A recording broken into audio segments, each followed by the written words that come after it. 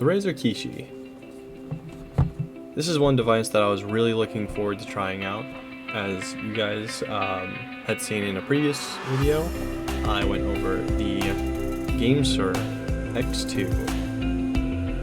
The Razor Kishi is another one of those controllers that is made to fulfill that same purpose. One of the biggest problems I was encountering while I was looking for this kind of device was generally the price point. The price point on these things is actually rather expensive.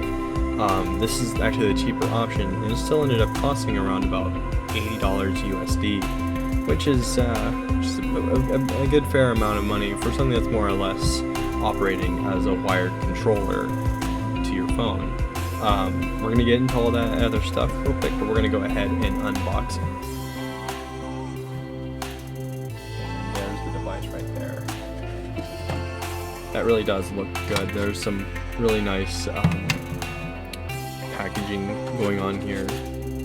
Inside you'll also find some a user's manual, and it also came with a pack of stickers, or used one as you can see. We're gonna go ahead and put that away. What's actually really nice about this, I think this is actually cool, is that the way this is set up, or the way it's supposed to be set up, is that the logo is supposed to appear right there after you pull the device out. Going over the externals of the controller, the buttons are a little mushy, not as tactile feeling, but this actually feels a lot like a pretty generic Xbox controller, the way that the buttons kind of feel. I do believe Razor Kishi collaborated with Microsoft in order to develop this controller, and they made two different versions that fundamentally function the exact same, but this is the one that's primarily made for Android devices, and the other one was made for Xbox, and it has a bunch of Xbox branding and all that stuff on there, but fundamentally they both work exactly the same. The only difference is you're going to have like that Xbox logos. I believe there's a logo that appears on the back here, and the home button is instead of this little house, it's the Xbox X symbol. And if you notice just right there on the controller, the A, B, X, and Y colors are actually reversed. So the coloring there is actually also appropriate. I believe they probably created the Xbox version first, and then they reverse engineered this to make it intentionally different. But as you can see, it's rather really small, and it's really easy in order to detach to open it up. You just kind of pull on these two tabs here, and it opens up this back panel. In which case you have these elastic kind of straps that actually hides the strip in there that actually connects these two, because everything connects from this one Type C port. You go ahead and slide your phone in this side here to connect it, and then kind of wrap it around and connect it to this side here to give that controller feel. We're going to get into that in just a moment, but we're going to go ahead and continue going on with the overview. Clipping it together is also very simple. You just kind of like slide these two parts here. Actually, I'll do it again, but a little bit closer to the camera. You slide these two parts together until it kind of, yeah. You slide these two parts until they kind of like interlace, and then click the panel on the back, and it snaps them together. So the sizing on these control sticks is actually pretty decent. They feel pretty good, and they got a good amount of click to them whenever you click on them. The sizing is about what I would expect from an Xbox controller, although I believe that they are slightly smaller, but overall feels very similar. Now onto the D-pad, and I did watch a video on SpawnWave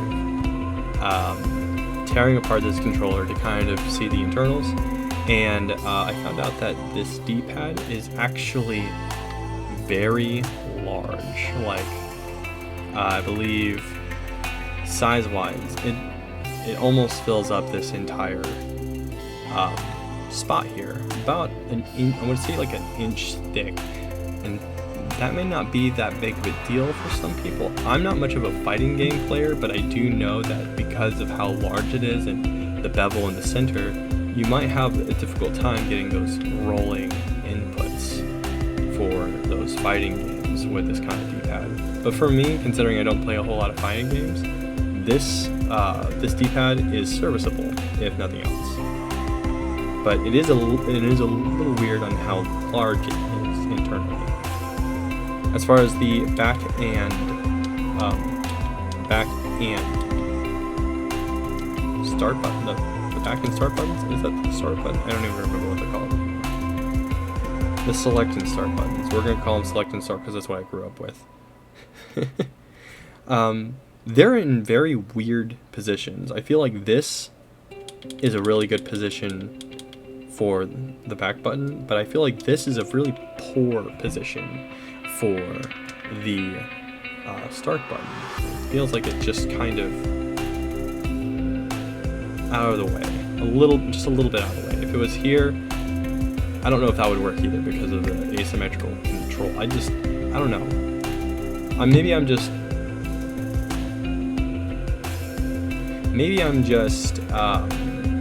too used to how the Game Serve was, where I had both buttons appearing on the top, which were actually relatively easy to access, and probably would have actually worked better. But considering they're here, I'm just kind of living with it. Now onto the triggers and the bumpers. So the bumpers work relatively well. They work relatively well. Got a good amount of kickback and clickiness to them, which is nice. Not as much as the Game Serve, but I think we're gonna get into a full comparison of the two towards the end. But the triggers, you might notice this, are full analog triggers, and there's this weird sound that comes from them.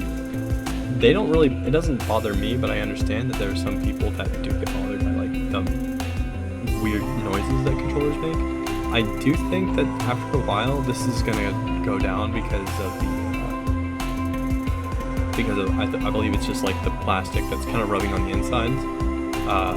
But otherwise, still serviceable. Some games actually operate really well whenever you're using analog triggers. Some games doesn't make a difference. For me, I know that there are certain games that I prefer having digital triggers, but this is still, again, serviceable, which is ultimately a lot of what this is for me personally, is that it's a serviceable package. And again, we're going to go into my full thoughts on the device itself and the comparison of the two controllers in just a moment. Well, towards the end of the video, I should say. So, sliding the controller in is actually rather easy. Just take your mobile device, as long as it supports Type-C. I believe that there is an iPhone version of this, but don't quote me on it. I'm not entirely certain. But you'll slide your Android device here, and it just kind of clicks into place. You notice that my phone just turned on. So it's connected. It's good. Just kind of slide the other side over, and there we go. That actually looks pretty good.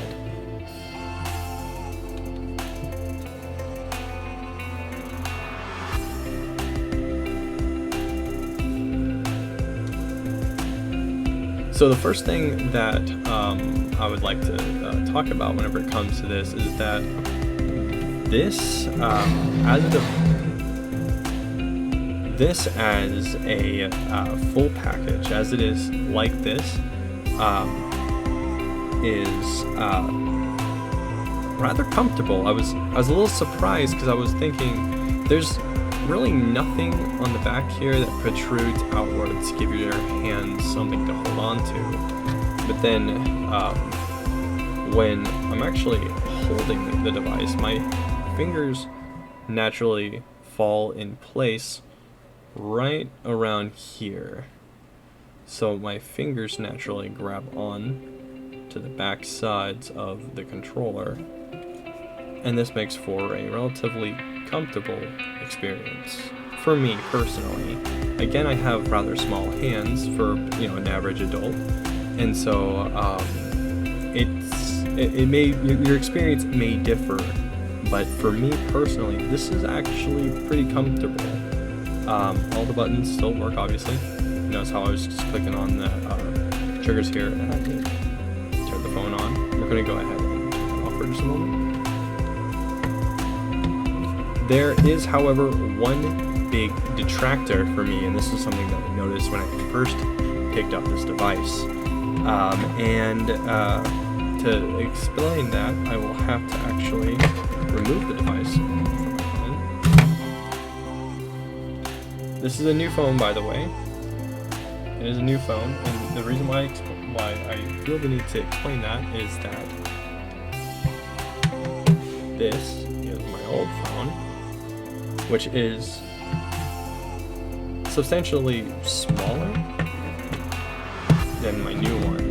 It's a lot smaller, and I think that's an important thing to point out, as when I first placed this into my old phone, it fits just okay.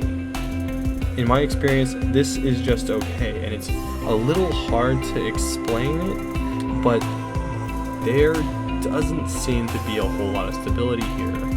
One thing that really freaked me out, especially considering how expensive this device was and how expensive the phone is how I just felt like if I was holding this the wrong way, it was gonna fall out. And here's another point that is just bothersome. Do you notice how right there on this side, I can kind of move it?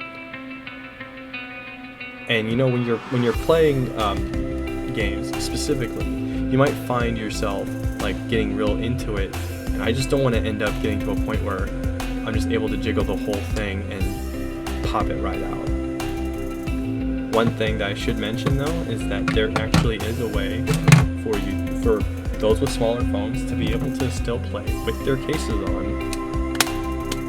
Larger phones are going to have difficulty with this.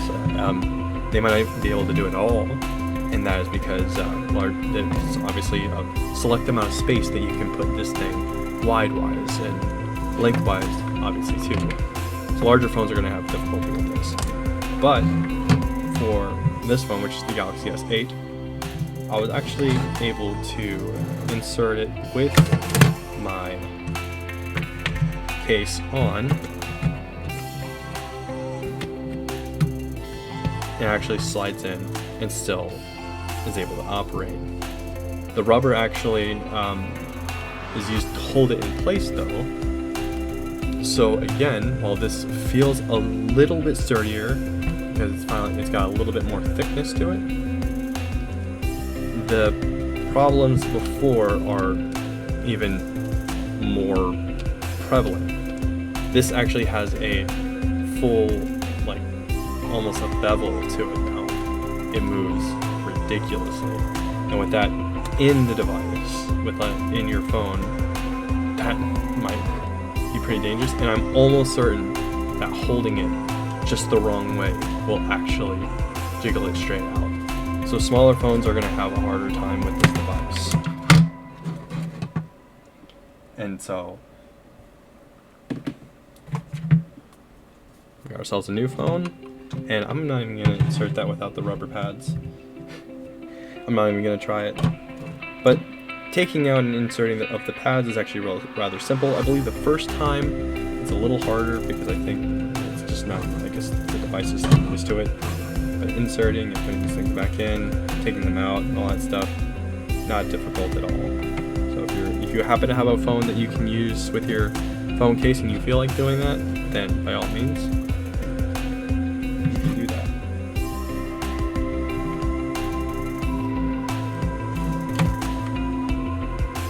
There we go.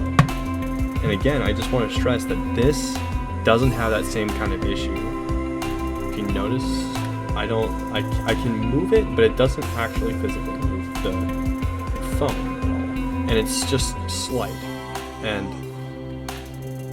I can shake that around and that's not moving anything. That feels good. And that's a big deal, because that was my biggest detractor whenever I first got this device, was, am I gonna pop my phone out just trying to use this thing?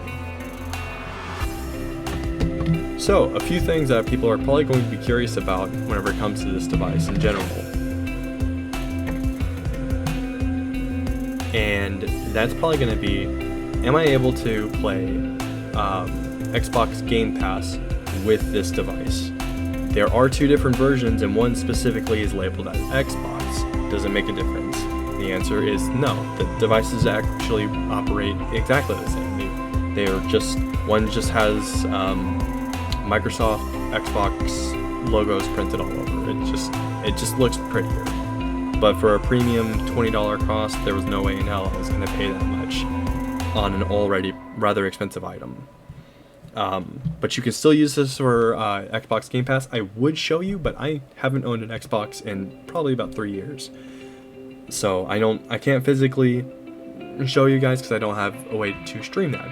But what I do have is Steam Link.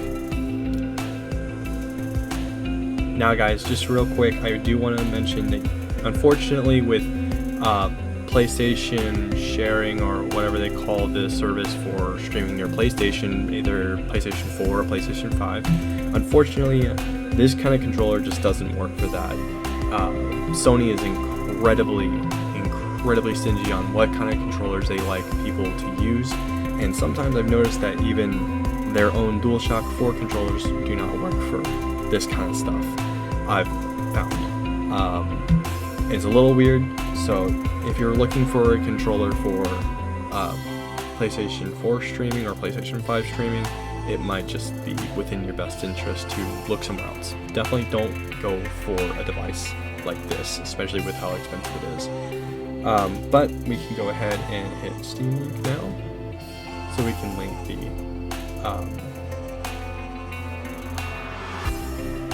yep, alright, there we go. We're loading in. Now obviously how it'll work is going to be completely dependent on your service and internet and all of that jizzle jazzle. Right now I'm just running off of mobile data, so if we're having a little bit of latency issues, it's mostly just my internet. So you notice here it's automatically recognizing the controller. I haven't actually used this for much streaming at all actually, but you guys can see here that it seems to be running just okay. We're gonna go ahead and select a game that I can actually play.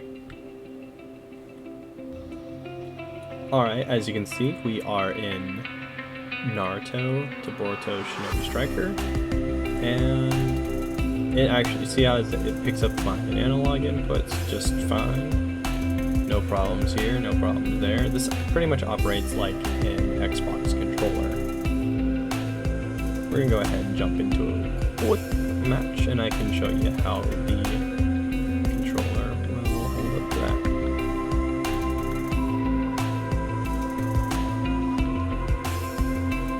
We're gonna go ahead and turn it up just slightly. There are these little holes here, located where your phone's where your speakers normally would be. It actually allows the audio to be kind of pushed towards your face, which is pretty good. You guys hear it? No problems here.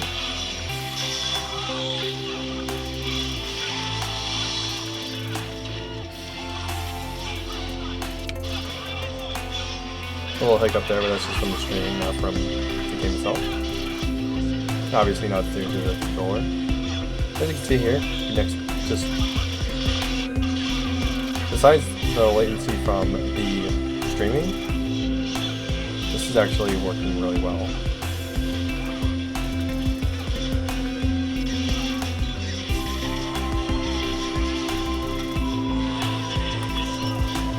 It picks up those clicky inputs.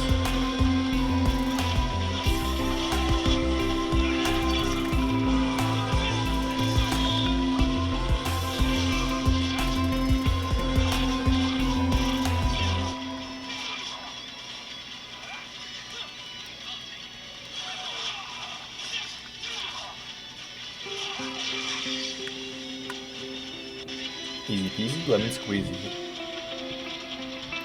And this just feels really nice, actually. Like I said, the way that my hands naturally rest on the back of the controller makes this just kind of really comfortable, especially for Steam streaming. Other kind of games might have some trouble, but this overall isn't too bad.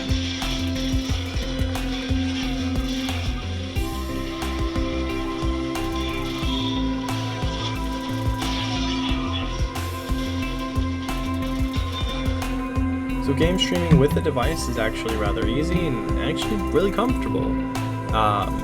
The overall feel of the buttons and everything else actually makes it very easy to navigate everything, and overall ergonomics feel very nice. There is still that like weird kind of bendy problem here that I had before, but it isn't bending like forwards at all. So it's not like I have to worry about, you know, the phone jiggling out of the controller at all, which is really nice, especially with me, and I'm very clumsy with that kind of stuff in the first place. So yeah, very nice, very nice. We're gonna go ahead and open up some emulators and show you how that will operate. All right, here we go. Now, a lot of my emulators are, let me go ahead and turn that down. A lot of my emulators are Nintendo themed, and so the buttons are reversed, but one thing that isn't is my PlayStation, because the PlayStation, the whole PlayStation setup here is, the whole PlayStation setup is very similar, if not identical, to the Xbox button layout. So this is actually perfect for that. We're gonna go ahead and open up some Dragon Ball Z. Why not? Now the performance again is gonna honestly depend on your device and less on the actual controller. But PlayStation Portable generally doesn't have any issues from what I've experienced. Alright, now that we're in the game, you can see a little more. So the clickiness, the D-pad actually works rather well. It doesn't seem to have any issues. And neither does the control stick, although I think, nope, okay. I thought I experienced a little bit of a dead zone there, but nope, it seems to be working just fine. Really snappy.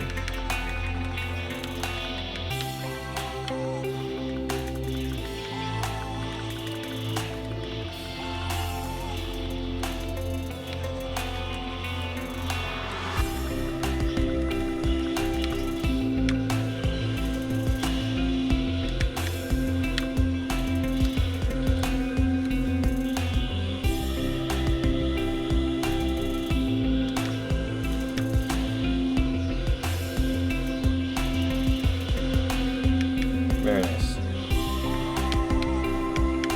And again, this all kind of just boils down to like what kind of game you're playing exactly for this kind of responsiveness.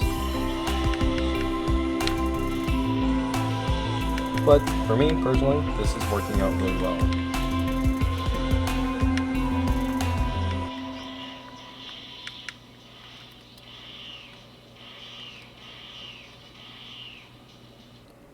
So how do the two devices compare?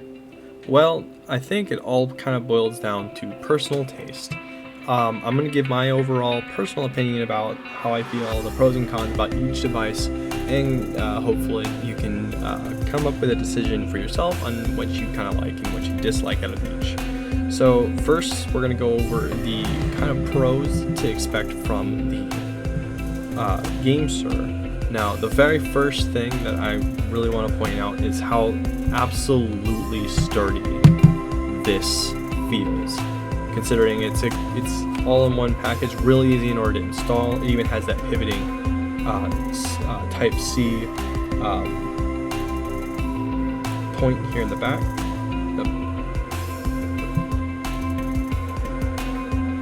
It even has a pivoting Type-C connection right here, so that way you can easily install and uninstall at your leisure. Now for the triggers, these are all very tactile and clicky. Digital triggers, of course, and for some games that is actually perfectly fine, and honestly for me, I kind of prefer that for most games. The overall buttons are also very tactile and very clicky. I like that. It feels really good in hand. Analog sticks, a bit on the small side, but still serviceable. Very good. Both controllers allow the charging of your phones while they are connected. However, this is going to be a big con to the Game Sir, and that is not all phones are supported for charging through here. Unfortunately, this is the only thing it can do, so you can't connect like an extra controller or anything like that. It can only charge, and it can't even charge most devices. So, as an example, it will charge my Galaxy S8 that is in here now, but it will not charge my Galaxy S20 FE. It is incapable of doing that. So, big con for me on that one, because I tend to like having an extra power bank with me in order to keep this kind of stuff powered on. I'd rather not have to stop playing, to disconnect everything, to start charging a device, just so that way I can play it again later. Now, this is honestly, it doesn't make a difference to me too much. It's like I said, I don't play a whole lot of fighting games that require a whole lot of super inputs or anything like that. But again, the D-pad is all super segmented. It's supposed to be like the Nintendo Switch Joy-Con with this segmented D-pad layout, but it doesn't bother me too much. But I do understand that is a big point of contention for a lot of people, especially in the Switch community, who like to have those D-pads there for a rolling input, and unfortunately, that's just going to be a lot harder to pull off with something like this.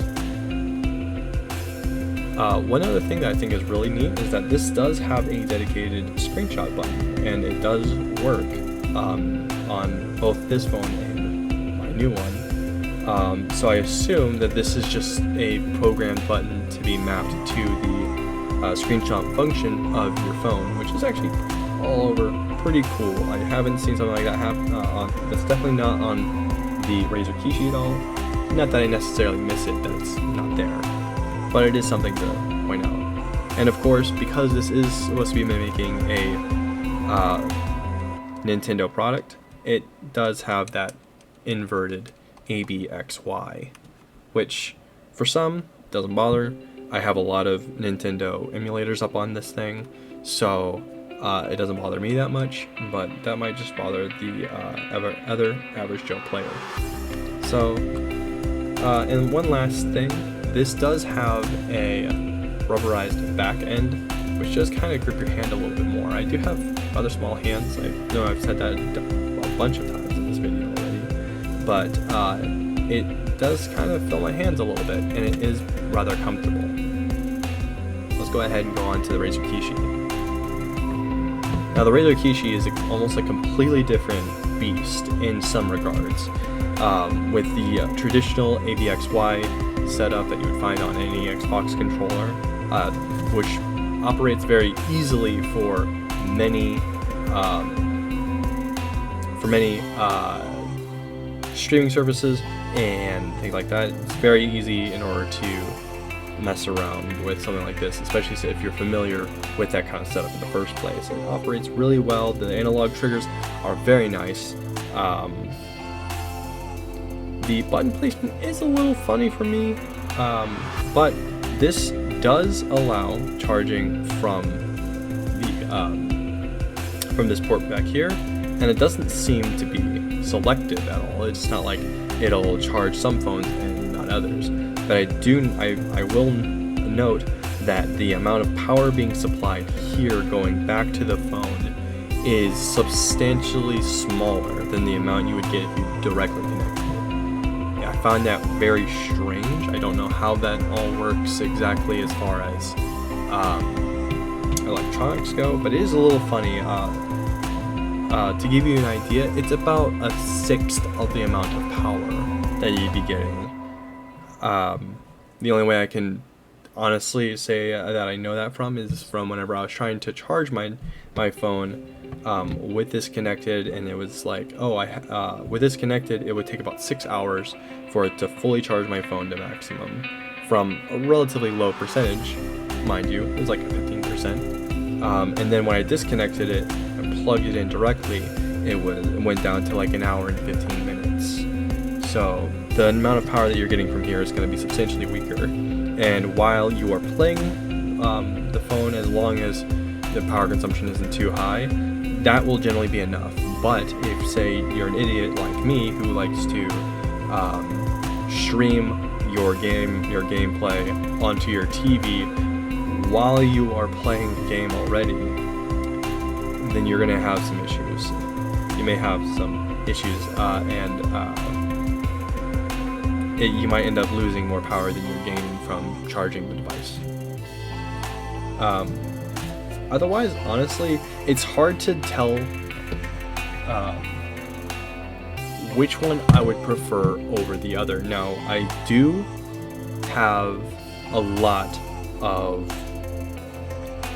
Nintendo emulators, but I do remember struggling the first few days that I had the GameSir to get streaming services to work properly, because even though these buttons are inverted, and even though streaming services allow for changing of the buttons, it was always kind of funky to change the buttons temporarily just to change them back to normal whenever I would get back to my computer to play games or whichever. So in that regard, I do really like the Razor Kishi.